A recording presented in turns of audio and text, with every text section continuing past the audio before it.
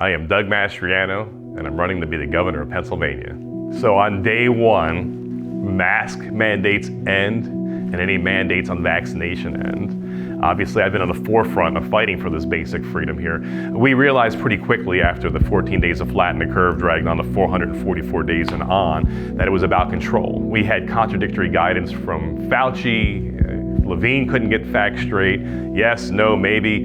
And we're seeing now more and more data come out that this whole thing has actually been a ruse. If you want to wear a mask, fantastic, but don't you tell other people how to live their lives. This is Pennsylvania. As Benjamin Franklin said back in the colonial times here to people that would pry into his business, he had a little motto. He goes, mind your business. So do mind your business. If you don't feel safe, stay home. But the rest of us should be able to live our lives as we see fit. We're not a risk to you.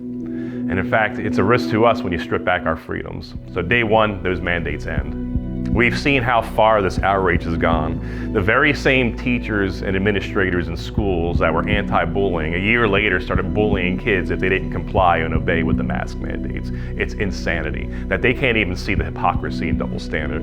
And this is not even borne out more than with the healthcare workers. They went to work not knowing the risks. We were told there was going to be a Spanish flu-like catastrophe, 1918 all over again.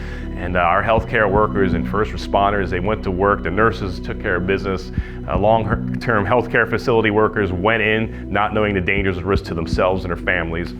And we celebrate them as heroes, and they are heroes. But the irony is a year later, under Democrat policies, Wolf and Biden, now they're villains. And if they don't comply with vaccine requirements and mask mandates, they're fired.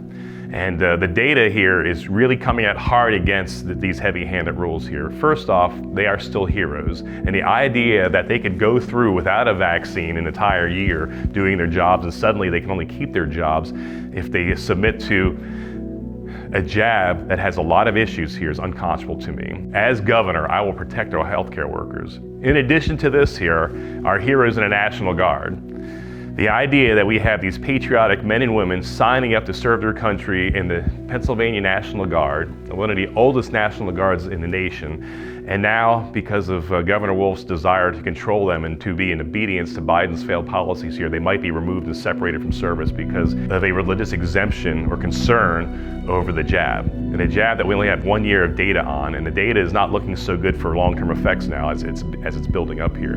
And the idea of the left and the Democrats to compare this, look, I was in the Army. I felt like a pincushion. I got so many vaccinations and jabs.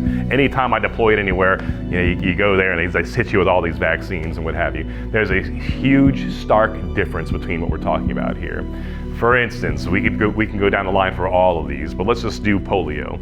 The polio vaccine began development in 1935 and was not available for general consumption for use application until 1960. We have 25 years of data of scientific experiments, of control groups. That wasn't a good mix. There's problems with that, long-term effects. That people are dying from this. And so by 1960, 25 years later, they had a vaccine that was pretty good, fairly safe. Of course, there always are reactions, but not like we're seeing with the jab here and with COVID. And so the idea that we're going to compel people, well, Doug, why you got these shots? Why are you opposed to this one? Because there's a stark difference. We have 1 year of data, and the data that's coming out here is pretty detrimental to the argument. So in the end, it's about freedom of choice. You need to have the right to choose without any ramifications or punishments put upon you if you choose to opt out. Join our movement by going to dougforgov.com. Please put your name, your email, and phone number in there so we can stay in contact just in case big tech does something sneaky on us. And together, we can preserve our freedoms for the next generation.